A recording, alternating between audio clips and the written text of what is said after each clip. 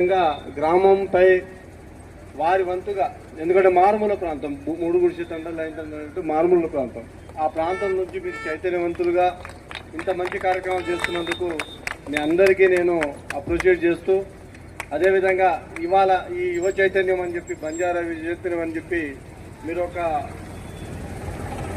Youth organisation కమిటీని ఏర్పాటు చేసుకోవడం చాలా సంతోషకరమైన విషయం. అదేవిధంగా ముఖ్యంగా ఇక్కడ మోహన్ గారి ప్రోద్బలంతోనే మీ యొక్క ఆ చెక్ డ్యామ్ ఏదైతే ఉందో ఆ చెక్ డ్యామ్ కూడా ఇవాళ పోయే పరిస్థితి లేని సందర్భంలో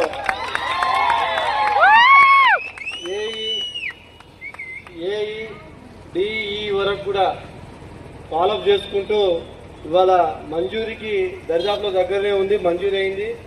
అది ఈ వర్షాకాలం తర్వాత మన పనులు కూడా ప్రారంభించడానికి అవకాశం ఉంటుందని చెప్పి కూడా అది మీ కృషి అని చెప్పి నేను తెలియజేస్తూ, ముందు ఇంకా మంచి మంచి కార్యక్రమాలు చేయాలి.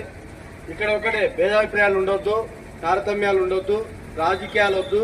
మీరు అందరూ ఒకటే కుటుంబం, అదే బంజారా యువ చైతన్యం. ఆ విధంగా మెదిలితే ముందు అంచెలంచెలుగా ఎదుగుతారు, మా అందరి మనల్ని పొందుతారు.